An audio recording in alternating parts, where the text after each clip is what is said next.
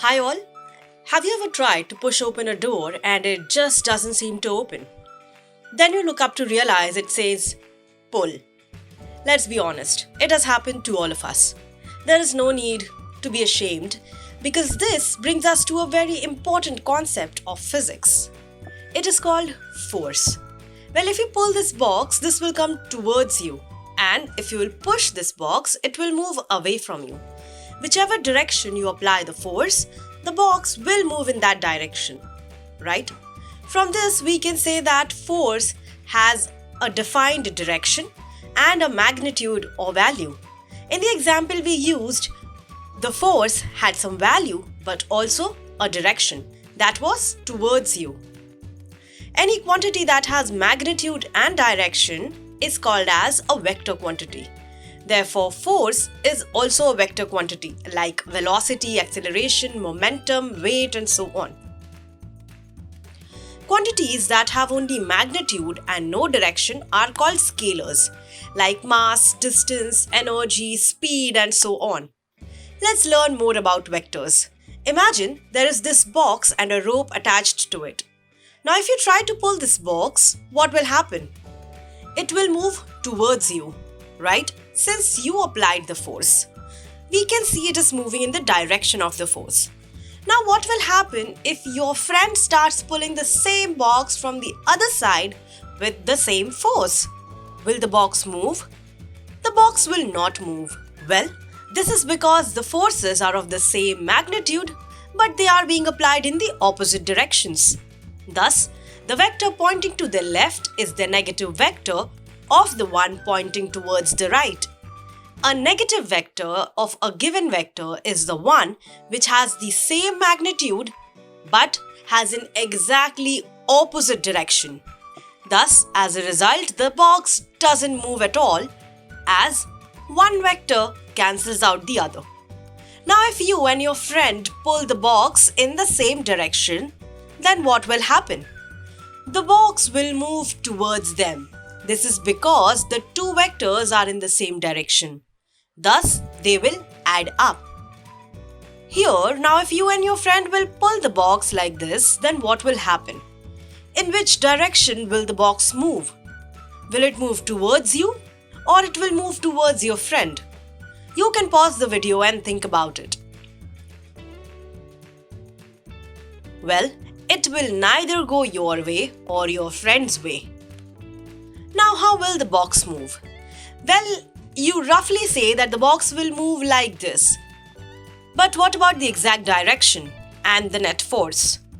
In order to find this, we will use the parallelogram law of vector addition. When you have two vectors originating from the same point or co-initial vectors, we can make a parallelogram using these vectors like this. A parallelogram is a four-sided shape where the opposite sides are equal and parallel to each other.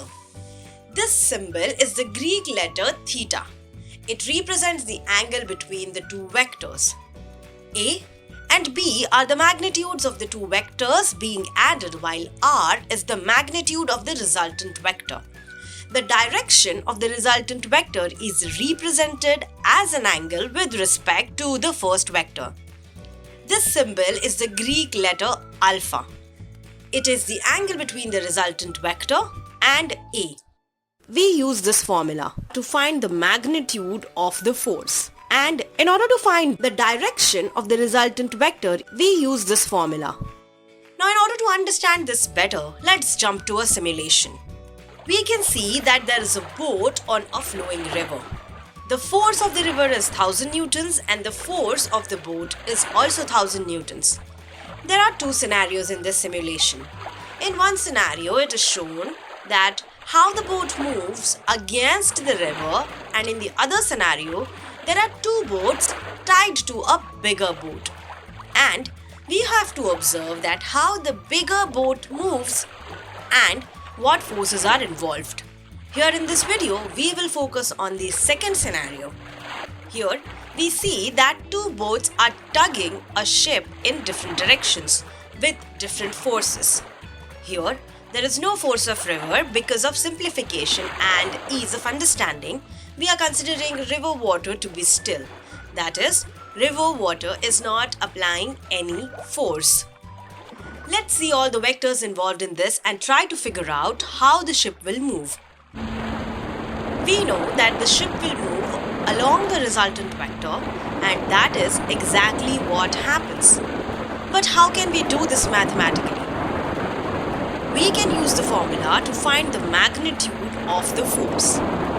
Here again, theta is the angle between the vectors with magnitude A and B. And what about the direction of the resultant? After all, it is a vector. Well, we use this formula, where alpha is the angle between the resultant vector and A. You can pause the video and see if you can calculate and get the same values as we can see on the screen.